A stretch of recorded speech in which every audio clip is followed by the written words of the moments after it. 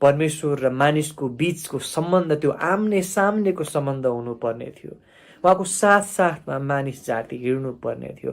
तर पापको कारणले गर्दा त्यहाँ चाहिँ समस्या आयो। पापको कारणले गर्दा त्यहाँ अलग पन्था आएको हो। तपाईँलाई याद छ घटना, जब आदम र हव्वाले पाप गरे तब तुरन्तै उनीहरू प्रभुबाट अलग हुन थाले, अलग भए अनि परमेश्वरको उपस्थितिबाट उनीहरू लुके, भागे। त्यो पापको कारणले गर्दा थियो। तर अब ख्रीष्टद्वारा हाम्रो परमेश्वरसँग मेलमिलाप हुँदछ, उहाँसँग फेरि हामी आम्ने सामने आउन सक्छौँ। कति सुन्दर कुरा। त्यसले आज पहिलो कुरा यो विचार गरौँ, यसरी मूसा परमेश्वरको आम्ने सामनेमा रहन्थे, परमेश्वरसँग आम्ने सामने रहेर नजिकमा रहेर, यसको अर्थ उहाँको साथमा रहेर कुराकानी गर्थे, प्रभुको नजिकमा उनी जिउँथे। त्यसरी तपाईँ र मलाई पनि, हामी तुच्छ मानिसहरूलाई पनि जीवित परमेश्वर, सर्वशक्तिमान परमेश्वर, राजाका राजा, प्रभुहरूको प्रभु परमेश्वरको सामु आउने बोलावट छ, अवसर छ। कति ठुलो आशिष तपाईँ र मलाई। अनि त्यो बोलावटलाई हामीले स्वीकार गर्दै यीशु ख्रीष्टमाथि विश्वास गर्दै हामी प्रभुको सन्तान भएका छौँ। प्रभुको नजिकमा अब हामी आउन सक्छौँ र हामी विश्वासीहरू कि प्रभुको नजिकमा हिँडिरहेका छौँ, उहाँको आम्ने सामनेमा रहेर जीवन बिताइरहेका छौँ। मिकाको पुस्तकमा तपाईँले पल्टाउनुहोस्, मिका 6:8 हामी पढ्नेछौँ। यो महत्त्वपूर्ण पद हामी यहाँ पाउँछौँ। मिकाको पुस्तक 6:8 लेखेको छ, हे मानिस, असल के हो सो उहाँले तिमीलाई बताइदिनु भएको छ, अनि न्याय सङ्गत काम गर्नु, कृपालाई प्रेम गर्नु र नम्रतापूर्वक आफ्ना परमेश्वरको साथमा हिँड्नु बाहेक परमेश्वर तिमीबाट अरू के कुरा चाहनुहुन्छ। प्रभुले आज हामीलाई के माग राख्नु भएको छ, उहाँ के चाहनुहुन्छ हामीबाट। यहाँ भनिएको छ न्यायसङ्गत काम गर्नु, कृपालाई प्रेम गर्नु र नम्रतापूर्वक आफ्ना परमेश्वरको साथमा हिँड्नु, उहाँको आम्ने सामनेमा रहनु। त्यसैको लागि उहाँले हामीलाई बोलाउनु भएको। अनि संसारको हरेक मानिसलाई त्यो बोलावट छ, त्यो निमन्त्रणा छ।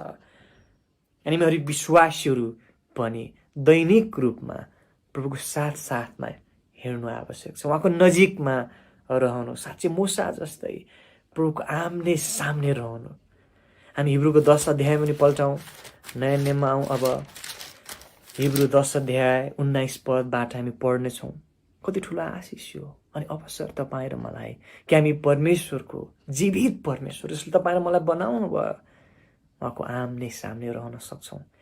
हिब्रू 10:19 हामी पढौँ, यस कारण भाइहरू हो, यीशुको रगतद्वारा महापवित्र स्थानभित्र प्रवेश गर्ने हिम्मत प्राप्त भएको हुनाले एउटा नयाँ र जिउँदो बाटोद्वारा, जसले उहाँले हाम्रो निम्ति खोल्नुभयो, अर्थात् त्यस पर्दाद्वारा जो उहाँको शरीर हो, अनि परमेश्वरको घरमाथि एकजना महापुजारी हुनुभएको हुनाले आओ साँचो मनले विश्वासको पुरा निश्चयतामा दुष्ट विवेकबाट शुद्ध हुनलाई आफ्ना हृदयमा छिटकाउ लिएर र आफ्ना शरीरलाई शुद्ध जलले धोएर हामी नजिकमा जाउँ। त्यो शब्दले तपाईँलाई चिन्ह लाउन सक्नुहुन्छ। 22 पदको त्यो अन्तिम 3 शब्दहरू, हामी नजिकमा जाउँ। प्रभुको इच्छा यो हो कि तपाईँ र हामी विश्वासीहरू प्रभुको आम्ने सामनेमा रहौँ, किनभने अब हामीलाई अवसर मिलेको छ। यीशु ख्रीष्टको रगतद्वारा महापवित्र स्थानभित्र प्रवेश गर्ने हिम्मत पाएका छौँ। त्यो ढोका अब खुलिएको छ, पर्दा खुलिएको छ, अवसर हामीलाई मिलेको छ कि पवित्र स्थान, महापवित्र स्थान, परमेश्वरको सम्मुखमा हामी अब जान सक्छौँ। जब हामी नजिकमा जाउँ, कि हामी प्रभुको नजिकमा गइरहेका छौँ दिनहुँ, कि हामी उहाँको आम्ने सामनेमा रहन्छौँ। धेरै पटक मेरो समस्या छ, तपाईँको समस्या यो छ कि हामी प्रभुको आम्ने सामने जिरहेका छैनौँ, जसरी जिउनु पर्ने हो, जसरी प्रभुको उद्देश्य हो। अनि त्यसैको लागि हामीलाई उहाँले बोलाउनु भयो, तर हामी प्रभुबाट टाढामा जिरहेका छौँ, आम्ने सामने जिरहेका हुँदैनौँ धेरै पटक। किन? दोस्रो कुरा हामी विचार गरौँ, अब बलिदानको कुरा गरौँ। बोलावट हामीले हेऱ्यौँ कि हामी हरेकलाई बोलावट छ, निमन्त्रणा छ, अवसर छ प्रभुको आम्ने सामने रहने। उहाँको नजिकमा आउने जिउने। तर दोस्रो कुरा विचार गरौँ, बलिदान।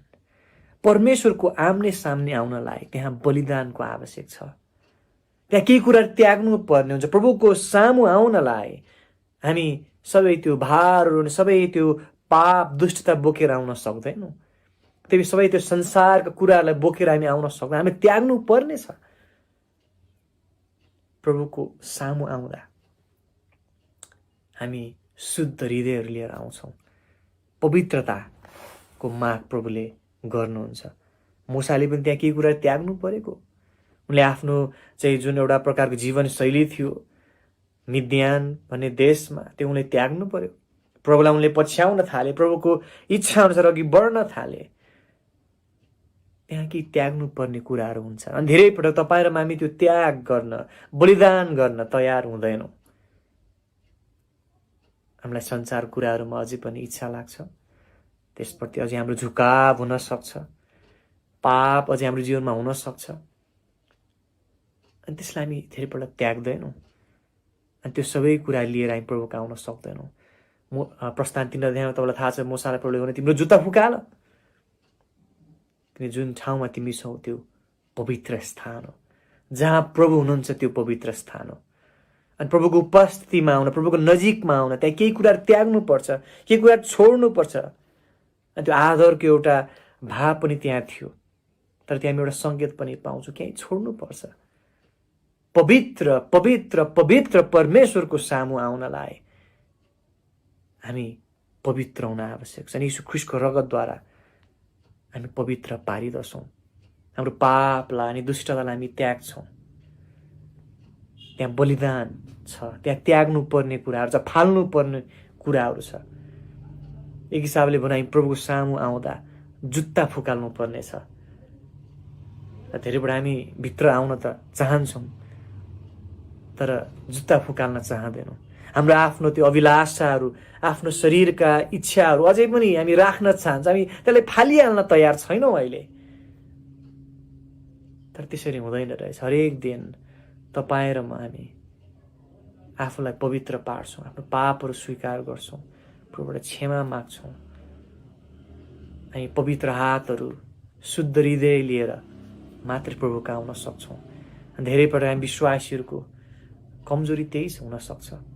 किन हामी प्रभुको आम्ने सामनेमा जिइरहेका छैनौँ? किन हामी प्रभुको आम्ने सामनेमा चाहिँ रहिरहेका छैनौँ? जबकि हामीलाई त्यो अवसर छ, हरेक दिन त्यो अवसर छ। उहाँले बोलाइरहनु भएको छ, तर हामी गइरहेका छैनौँ उहाँको नजिकमा हिँडिरहेका छैनौँ। किन? किनभने हामी मूल्य चुकाउन तयार छैनौँ। किन? त्यहाँ मूल्य चुकाउनु पर्ने हुने रहेछ, बलिदान आवश्यक पर्ने रहेछ। हामीले त्यहाँ केही कुरा त्याग्नु पर्ने छ, दुष्टता, संसारको कुराहरू, अभिलाषाहरू त्याग्नु पर्ने रहेछ। ती सबैलाई आफ्नो जीवनमा हामी ठाउँ दिइरहेका छौँ। हामी कसरी प्रभुको आम्ने सामने आउन सक्छौँ? पापले सधैँ अलग पार्ने काम गर्छ। जबसम्म तपाईँ र मेरो जीवनमा पाप छ, अभिलाषाहरू अझै छ, अनि संसारको कुराहरू अझै छ, हामी प्रभुको नजिकमा जान सक्दैनौँ। हो हामी प्रार्थना गरौँला, हो हामी सङ्गतिमा आउँला, हो हामी बाइबल पढौँला, त ती सबै खोक्रो बाहिरी मात्रै हुन पुग्दछ। के साँच्चै तपाईँ, के साँच्चै म आज परमेश्वरको आम्ने सामनेमा छौँ? जसरी मूसा परमेश्वरको आम्ने सामनेमा रहन्थे, उहाँको नजिकमा रहन्थे। हामी कति धन्यका आशित मानिसहरू हुने थियौँ यदि साँच्चै त्यो कुरा हाम्रो जीवनमा सही हुने हो भने। कि हामी प्रभुको आम्ने सामनेमा रहन्छौँ। यसरी बोलावटको कुरा हामीले गऱ्यौँ भने बलिदान, अनि साथी अर्को कुरा विश्वास। हामी हिब्रूमा छौँ, एक पाना यता पल्टाउन सक्नुहुन्छ तपाईँले। हिब्रू 11 अध्यायको 6 पदमा हेर्नुहोस् त, लेखेको छ, तर बिना विश्वास उहाँलाई खुसी पार्नु असम्भव छ। असम्भव छ। किनकि परमेश्वर कहाँ आउनेले, हेर्नुहोस् है, किनकि परमेश्वर कहाँ आउनेले उहाँ हुनुहुन्छ र उहाँलाई यत्नसित खोज्नेहरूलाई उहाँले इनाम दिनुहुन्छ भने विश्वास गर्नुपर्छ। विश्वासको खाँचो छ। के तपाईँ परमेश्वरका आउनेहरूमध्ये एक हुनुहुन्छ? के म छु? अनि बिना विश्वास त्यो सम्भव छैन। हामी विश्वास साथ प्रभुका आउँदा सबै कुराहरू छोडेर, सबै कुराहरू त्यागेर, अपेक्षा साथ म प्रभुको उपस्थितिमा जाँदैछु, म प्रभुको नजिकमा हिँड्दैछु। यो मेरो लागि भलाइको कुरा हो। यसबाट प्रभुलाई प्रसन्न म तुल्याउँछु। त्यो विश्वास गर्दै हामी प्रभुको सामु आउँछौँ, उहाँको आम्ने सामनेमा आउँदछौँ। विश्वासको खाँचो छ। धेरै पटक त्यो विश्वासको अभावले हामी उहाँको आम्ने सामने आइरहेका हुँदैन। मेरो यस्तो चिन्ताहरू छन्, मेरो फिक्रीहरू छन्, मेरो खाँचोहरू छन्। प्रभुको सामु आउँदैमा कि ती सबै कुराहरू ठिक हुन्छ र? प्रश्नहरू हामीमा आउन सक्छ। चर्च जाँदैमा, बाइबल पढ्दैमा, प्रार्थना गर्दैमा मेरो सबै समस्याको समाधान होला र?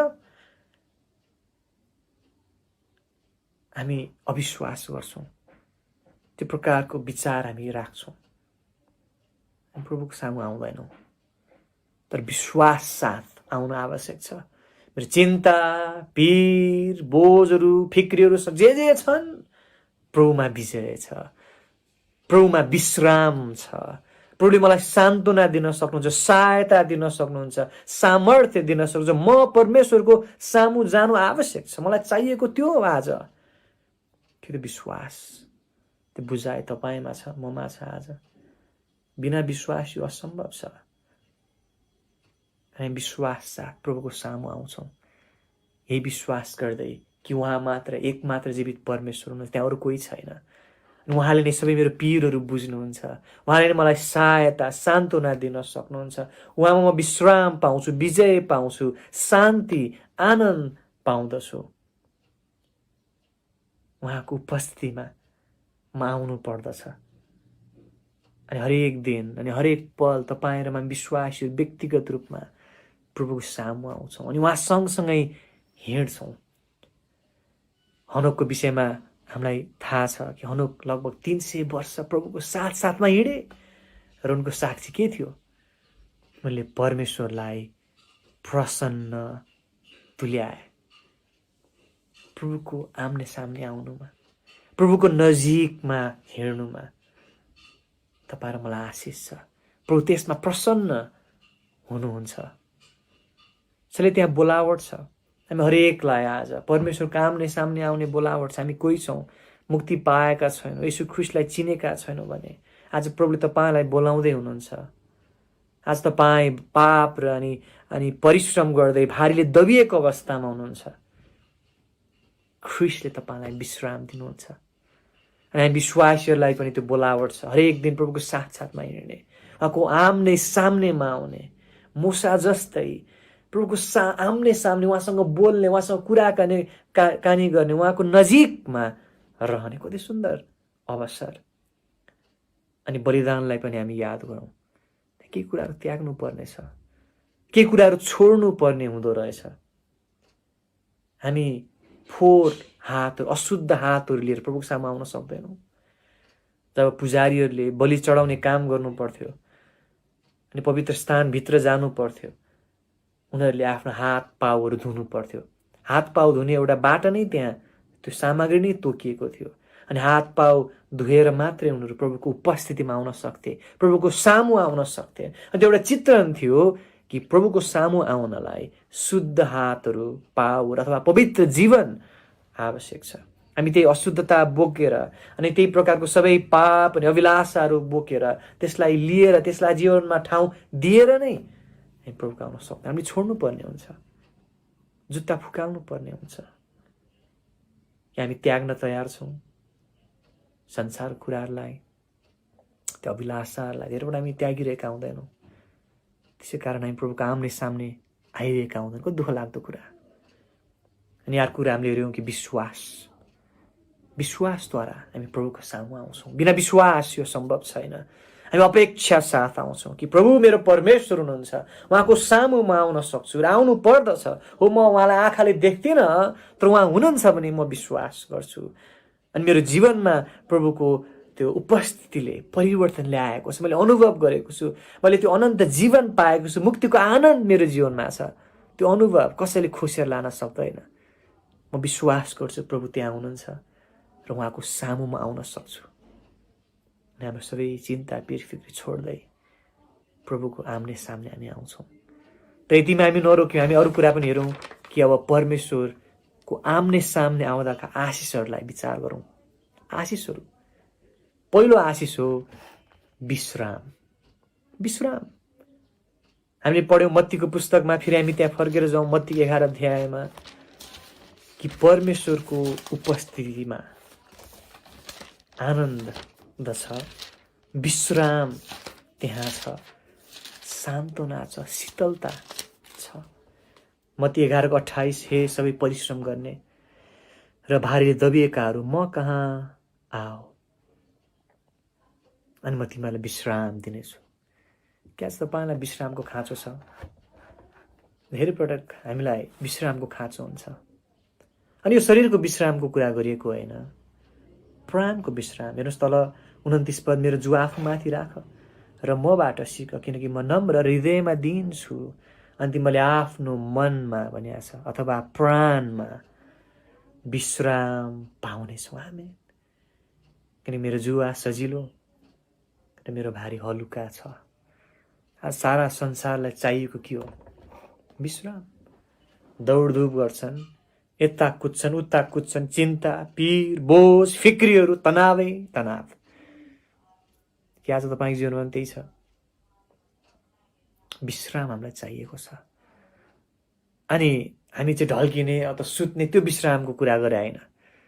मानिसहरूले राति सुत्न अगाडि रक्सी खान्छन्, अनि कतिले सुत्ने औषधि पनि खान्छन्। शरीरमा विश्राम त होला केही समयको लागि, केही घन्टा, 5, 6, 7 घन्टा, तर त्यसपछि बिहान उठेपछि के हुन्छ? फेरि त्यो मनमा त विश्राम छैन, हृदयमा विश्राम छैन, प्राणमा विश्राम छैन।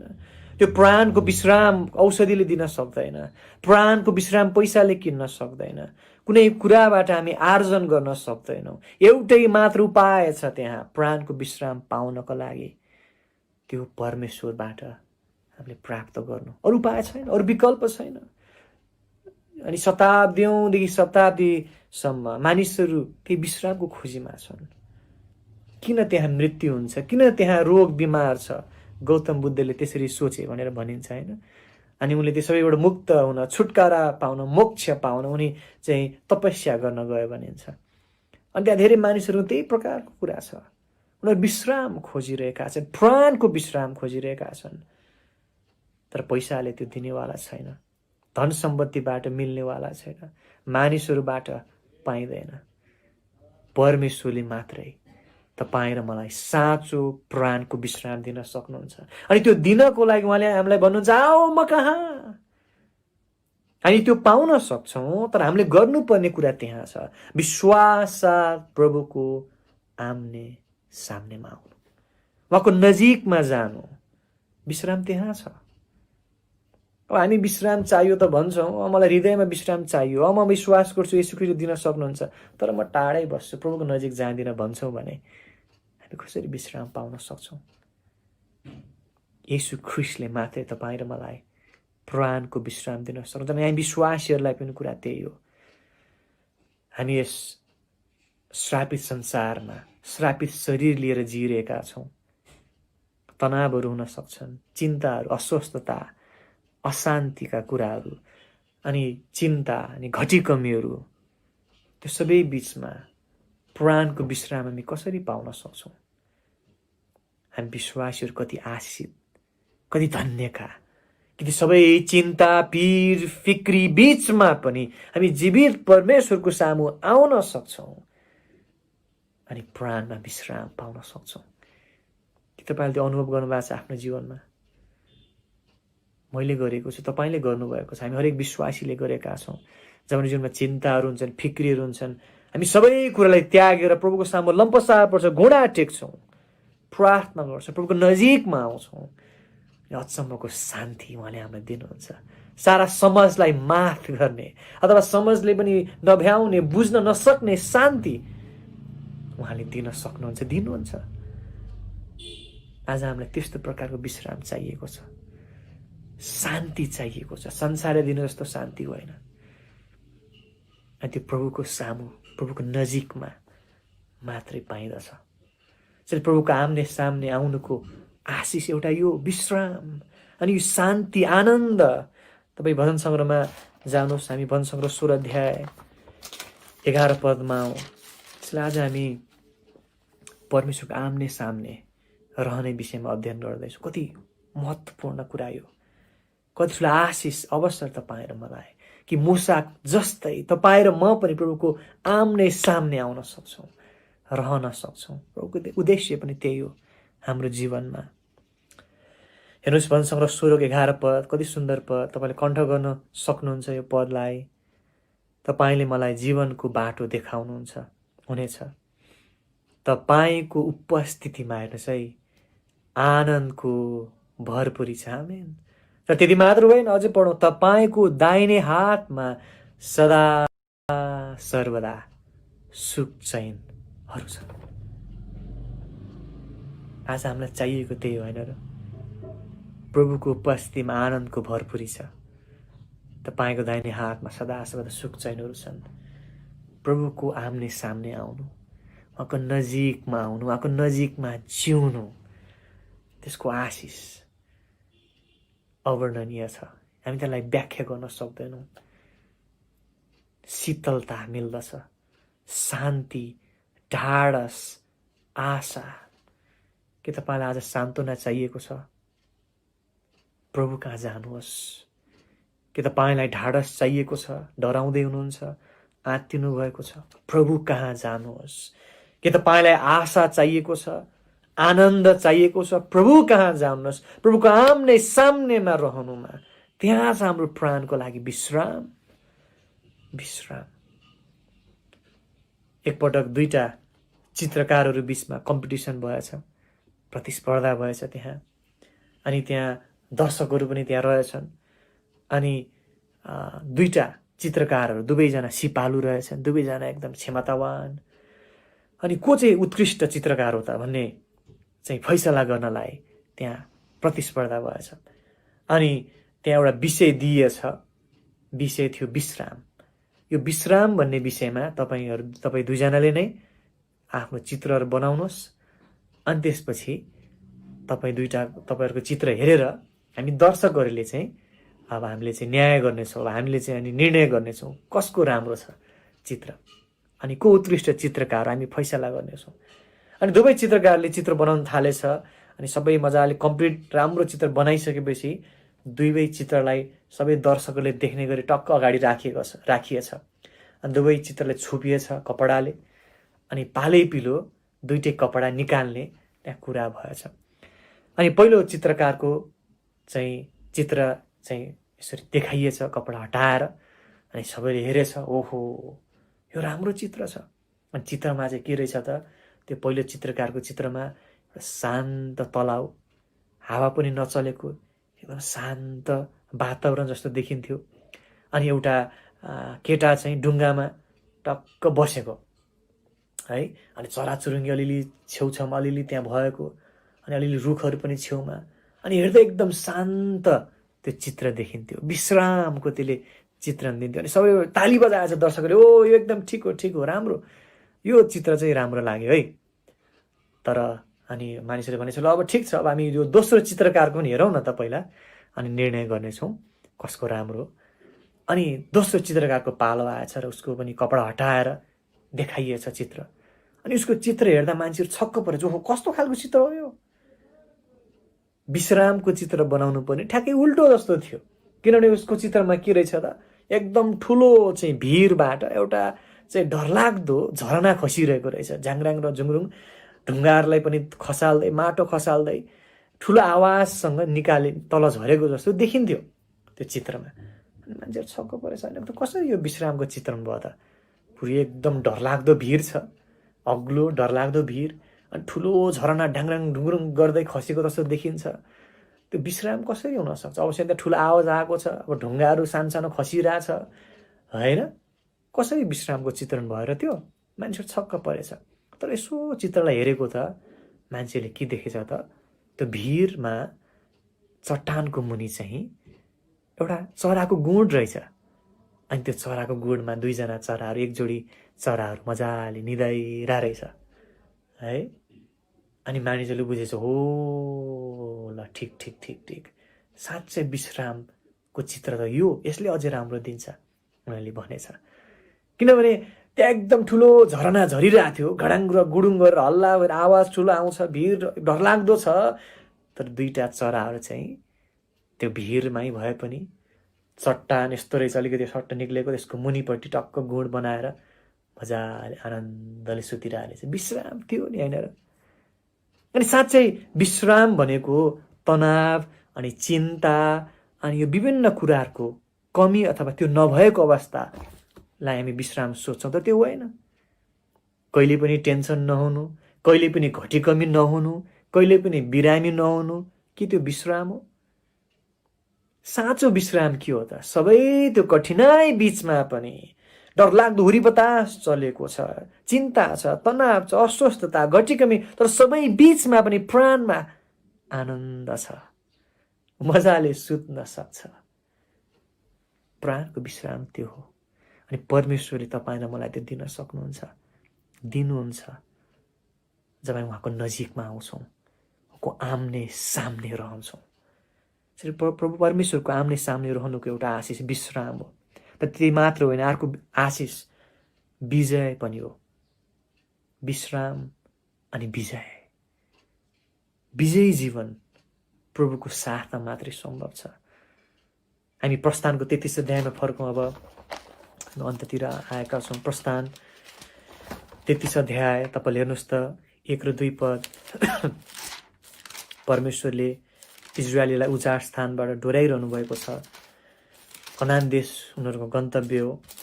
तर यात्रा क्रममा उनीहरूले भर्खरै ठुलो पाप गरेका छन्, सुनको बाछो बनाएका छन्, प्रभुलाई रिस उठाएका छन्। र प्रभुले भन्नुहुन्छ यसरी प्रस्थान 33 को 1-2 पदमा, अनि प्रभुले मोसालाई भन्नुभयो, यहाँबाट हिँड, तिम्रो यी मानिसहरू जसलाई तिमीले मिश्र देशबाट निकालेर ल्याएका छौ, अनि माथि त्यस देशमा जाऊ जसको विषयमा म तिम्रो वंशलाई यो देश दिनेछु भन्दै मैले अब्राहम, इसाक र याकुबसँग कसम खाएको छु। अनि म तिम्रा अघि एउटा दूत पठाउनेछु, अनि म कनानी, एमोरी, हित्ती, परिजी, हिब्बी र यबुसीलाई धपाइदिनेछु। 3 पद, त्यस देशमा जाओ जहाँ दूध र मह बग्दछन्, किनकि तिम्रो बिचमा भई म माथि जाने छैन, किन तिम्रो एउटा हठी जाति हो, नत्र म तिमीलाई बाटैमा नाश गर्नेछु। कति दुःख लाग्दो कुरा। प्रभुले भन्नुहुन्छ इजरायलीहरूलाई, म तिमीहरूको साथ साथ जाने छैन अब, किन तिम्रो हठी जाति हो, सधैँ विद्रोह गर्छौ, सधैँ पाप गर्छौ। म तिमीहरूको साथ नगयो भने म तिमीलाई बाटोमै फेरि नाश पारुला। म तिमीलाई एउटा दूत पठाउँछु मेरो अघि, तिमीहरूको अघि, तर म चाहिँ जाने छैन। हामीले सोचौँला, ओहो स्वर्गदूत हाम्रो अगाडि अगाडि गयो भने त कति ठुलो कुरा हो। तर मूसाले एउटा महत्त्वपूर्ण कुरा बुझेका थिए। उनले बुझेका थिए कि परमेश्वर बिना यो यात्रा सफल हुनेवाला छैन। परमेश्वरको साथ हामीसँग छैन, उहाँको नजिकमा हामी छैनौँ भने जति आशित हुनुपर्ने यो यात्रा यो हुने छैन। त्यसैले उनले भन्छन्, हेर्नुहोस् 14 पदमा प्रभुले भन्नुहुन्छ, उनले बिन्ती गर्छन् 12 पदबाट, अनि त्यसैले प्रभुले भन्नुहुन्छ 14 पदमा, प्रस्थान 33 को 14, अनि उहाँले भन्नुभयो, मेरो उपस्थिति तिम्रो साथमा जानेछ, अनि म तिमीलाई विश्राम दिनेछु। कति राम्रो पद। परमेश्वरको उपस्थितिमा विश्राम छ भन्ने कुरा फेरि हामीलाई यहाँ सम्झना गराइएको छ। उहाँले भन्नुभयो, मेरो उपस्थिति तिम्रो साथमा जानेछ, अनि म तिमीलाई विश्राम दिनेछु। यसको मतलब के हो? विश्राम। यात्रा गर्नु पर्दैन, अब हिँड्नु पर्दैन, होइन, हिँड्नु पर्छ। बाटोमा लडाइँहरू होला, बाटोमा अभावहरू, बाटोमा कठिनाइ होला, तर प्राणमा म विश्राम दिनेछु। 15 पद, अनि मूसाले भन्छन्, अनि उनले उहाँलाई भने, हेर्नुहोस् है, तपाईँको उपस्थिति मेरो साथमा जाँदैन भने हामीलाई यहाँबाट नलैजानुहोस्। मूसाले बुझेका थिए कि प्रभु बिना यो यात्रा बेकार छ, विश्राम त्यहाँ हुनेवाला छैन, विजयी हामी हुनेवाला छैनौँ। यो यात्रामा विजयी हुनलाई, यो यात्रामा सफल हुनलाई, यो यात्रा आशिषित हुनलाई हामीलाई परमेश्वरको साथ चाहिन्छ। हामी प्रभुको नजिकमा रहनु छ। यसैले मूसाले भन्छ, तपाईँ हाम्रो साथमा जानुहुन्न भने बरु हामीलाई नलैजानुहोस्। हामी अझै अघि बढ्न तयार छैनौँ, हामी एक पाइला पनि अगाडि बढ्न तयार छैनौँ, अथवा हामी अघि बढ्नु फाइदा छैन। यस तपाईँ र मेरो बोझ अनि बुझाइ पनि त्यही छ कि प्रभु बिना मेरो जीवनको यात्रामा एक पाइला अगाडि बढाउनु पनि व्यर्थ छ। किनभने प्रभु बिनाको जीवन हारेहारको जीवन मात्रै हो। विजय त परमेश्वरको कारणले मात्रै मिल्छ। प्रभुको साथमा रहँदा, उहाँको आम्ने सामनेमा रहेर जिउँदा मात्रै विजय हुने हो। तपाईँलाई आज विश्राम चाहिएको छ, विजय चाहिएको छ। परमेश्वरको आम्ने सामने आऊ, उहाँको नजिकमा रहौँ, उहाँको साथमा हिँडौँ। उहाँ बिना हामी धेरै टाढा पुग्न सक्दैनौँ। मुसाले भने तपाईँको उपस्थिति हाम्रो साथमा जाँदैन भने बरु हामीलाई यहाँबाट नलैजानुहोस्, हामी अघि बढ्न सक्दैन, तयार छैनौँ। कि हामी आज हार खाइरहेका छौँ, पराजित महसुस गर्छौँ, सायद प्रभुको साथमा हिँडिरहेका छैनौँ, उहाँसँग आम्ने सामने हाम्रो हिँडाइ छैन, व्यस्तता छ, हाम्रो दौडधुप छ, जिम्मेवारीहरू छन्, सबै तनाव चिन्ताहरू छन्, तर सबै बीचमा पनि हामीलाई चाहिएको कुरा यो हो, आज प्रभुको नजिकमा रहनु, उहाँको आम्ने सामनेमा हिँड्नु। हामी अन्तमा लुकाको 10 अध्यायमा जाउँ। लुकाको पुस्तक 10 अध्यायमा हामी मरियम र मार्थाको विषयमा पढ्छौँ। तपाईँलाई लुका 10 अध्याय 38 पददेखि 42 पदहरूमा त्यो कुराहरू छन्।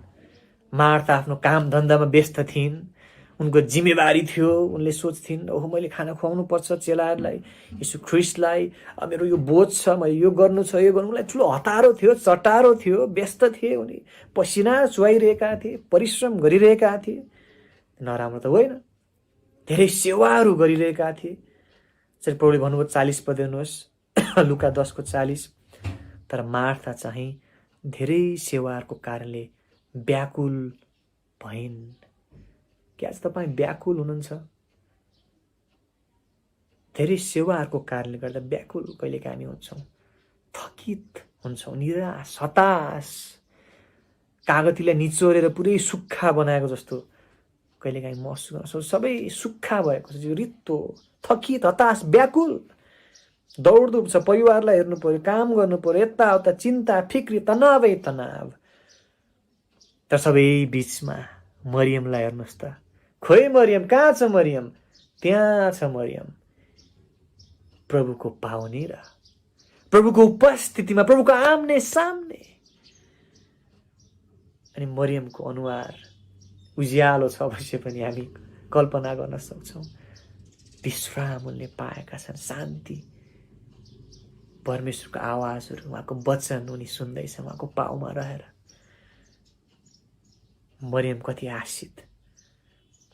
39 पदमा चाहिँ तिनकी मरियम नामक एउटी बहिनी थिइन्, तिनले पनि येशूका पाउनेर बसेर उहाँको वचन सुनिन्, प्रभुको उपस्थितिमा उनी थिइन्। अनि जब मार्थाले आएर चाहिँ गनगन गर्छन्, प्रभु मरियमले त खोइ मलाई शान्त गर्नु, मलाई भनिदिनुहोस्, मलाई सघाओस्। तर हेर्नुहोस् प्रभुको जवाफ 41-42 पद। अनि यसुले जवाफ दिएर तिनलाई भन्नुभयो, हे मार्था मार्था, तिमी धेरै कुराहरूको विषयमा चिन्ता गर्दछौ र आत्तिन्छौ। कि हामी आज चिन्ता गर्छौँ? धेरै कुराहरूको विषयमा हाम्रो चिन्ता हुन्छ धेरै पटक, अनि हामी आत्तिन्छौँ। 42 पद, एउटै कुराको खाँचो छ। के कुराको खाँचो छ हामीलाई? उहाँले भन्नुभयो एउटै कुरा, धेरै छैन है खाँचो, एउटा हो खाँचो हुने। हामी सोचौँला मलाई पैसाको खाँचो छ, आर्थिक खाँचो, स्वास्थ्यमा समस्या खाँचो, अथवा यो खाँचो त्यो खाँचो। प्रभुले भन्नु छैन, एउटा कुराको खाँचो छ। 42 पद, र मरियमले त्यस असल भागलाई चुनेकी छ, जुन कुरा उसबाट खुसी नै छैन। एउटै कुरा जुन खाँचो छ त्यो के हो त? प्रभुको पाउने र रहनु, प्रभुको नजिकमा रहनु, उहाँको आम्ने सामनेमा रहनु। आज तपाईँ र मेरो खाँचो पनि त्यही हो, हामीलाई चाहिएको त्यही हो, त्यो असल भाग हो। प्रभुले त्यसलाई असल भाग भन्नुभयो, अनि चुनेकी छ भन्नुभयो, अथवा यो चुन्नु पर्ने रहेछ। तपाईँको लागि कसैले चुन्न सक्दैन, तपाईँ आफूले चुन्नुपर्छ, तपाईँ आफूले रोज्नुपर्छ, तपाईँ आफूले अठोट निर्णय गर्नुपर्ने रहेछ कि म प्रभुको नजिकमा जानेछु, म उहाँको आम्ने सामने हिँड्नेछु। हो, मेरो चिन्ता छ, मेरो फिक्री छ, मेरो सबै कुराहरू छन्, तर प्रभुको आम्ने सामने म आउँछु। मलाई बोलावट मिलेको छ, बलिदान मैले त्यहाँ गर्नुपर्ने छ, मैले अपवित्रतालाई त्याग्दै संसार कुरालाई त्याग्नु छ, पाप दुष्टलाई त्याग्नु छ, प्रभुको नजिकमा आउनु छ विश्वास साथ। अनि त्यहाँ ठुलो आशिष छ, विश्राम छ, विजय छ। र आज तपाईँलाई यो उत्साह दिन चाहन्छु, आज तपाईँ र मलाई चाहिएको यही हो। हामी यो कोरोना महामारीको अवस्थामा छौँ, हामी चिन्तित हुन्छौँ, घटीकमीहरू छ, तनावहरू छन्, अशान्ति। हामीलाई चाहिएको के हो त? विश्राम र विजय। अनि त्यो परमेश्वरबाट मात्रै मिल्दछ। उहाँको सामु हामी आउँ, व्यक्तिगत रूपमा, पारिवारिक रूपमा, माण्डलिक रूपमा प्रभुको सामु हामी आउँ, उहाँको नजिकमा रहौँ, उहाँको आम्ने सामनेमा रहौँ, आम्ने सामने। अनि साँच्चै बाइबलले भन्दा चाहिँ यस्तो दिन आउँदैछ कि साँच्चै हामी शरीरमै आम्ने सामने परमेश्वरलाई देख्नेछौँ। तर त्यो दिन नआउन्जेलसम्म यस पृथ्वीमा रहँदाखेरि पनि हामी त्यस अनन्तताको लागि रिहर्सल, प्र्याक्टिस, अभ्यास आजै यस पृथ्वीमा हामी गरिरहेका छौँ। किनभने अनन्ततामा, स्वर्गमा हामी उहाँसँगै रहने हो सदाको लागि, उहाँको आम्ने सामने रहने हो। कति सुन्दर समय त्यो हुनेछ। अनि त्यसको रिहर्सल, त्यसको अभ्यास, तयारी भनौँ, प्र्याक्टिस हामी अहिले संसारमा गर्दैछौँ, विश्वासद्वारा उहाँको आम्ने सामने जिएर। प्रभुको आम्ने सामने हामी आउँ, त्यही विश्राम छ, हामीलाई विजय छ। प्रभु तपाईँलाई मलाई वचनबाट आशिष दिनुभएको होस्।